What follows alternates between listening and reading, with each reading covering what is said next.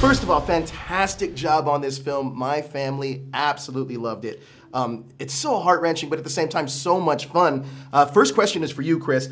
You capture the struggle of someone dealing with loss in their own way, but also thrust into the role of a parental figure with a kid that's dealing with their own mourning. How do you find the balance to a role like Philip, and what did you want to bring to the role that wasn't necessarily on the page?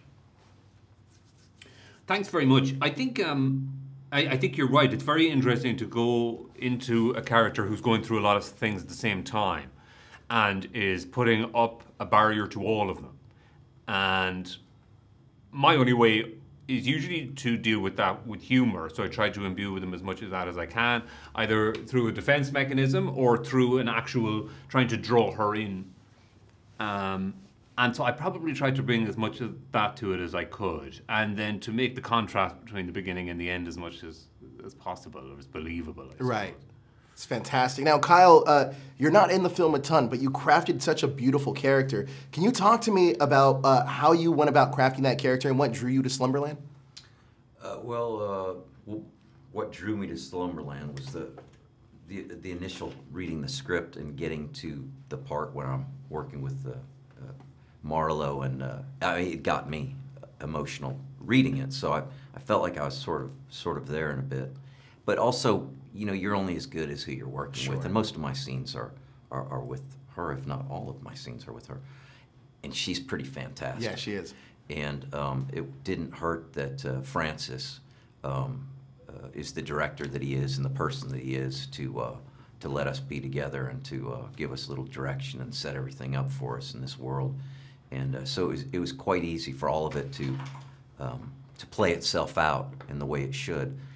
And it was an enjoyable, lovely place to be with Marlowe in doing this. It was a real joy. It was a real joy, and it's even more of a joy to see how all the pieces came together with all the other great performances that allowed it to be what it is. So it's a win-win all the way around. Absolutely. Now, you play Agent Green. She's after Flip. She's a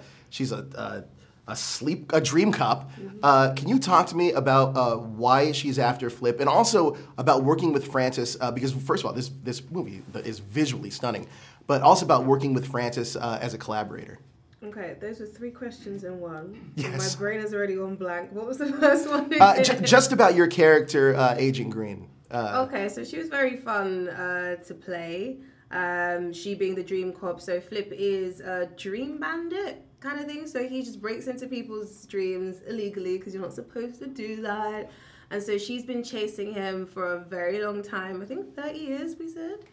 Chasing him, and then she finally catches him. So, you know, it's nice for her because she has this dream of retirement to a beach dream, and, you know, Flip is keeping her from it. So, you know, we see that whole chase stuff where she's, you know, trying to get after him.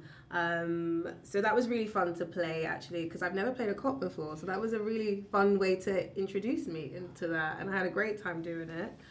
Francis is an incredible director, what I call an actor's director, because he really allowed me to do my own thing and make my own decisions. And then he'd obviously ask me once or twice to, you know, try it a different way, or sometimes he'd be like, be meaner. And I'd like to, Jason, okay. But it was great working with Francis. He's an incredible director, and it was such a pleasure to be involved in such an incredible project. That's fantastic. Chris, last question I have for you is, you were talking, Kyle was talking about this just a second ago, but I want to talk about Marlowe because she's absolutely fantastic in this film. Can you talk to me about what she brought to the role of Nemo that wasn't necessarily on the page? Gosh, she's real quality. Yeah. I mean, like, no joke, she'll be around. There was kind of moments towards the end where she would kind of be walking off set, and I'd kind of follow, and I'd be like, oh, I'm going to be working for her soon enough. Right. There's a moment, without giving too much away in the thing, but there's a moment where we're both on the dockside and we're being rained upon by this giant water machine that we were shooting in Marsh on Lake Ontario, so I can't imagine it was particularly warm. And some lovely person from production came over at some point, and they were like, listen, do you guys need a break? And Marlowe, we were both on our ground with our face on the ground, and Marlowe looked at me and said, well, I don't. I'm like, no, I'm probably all right.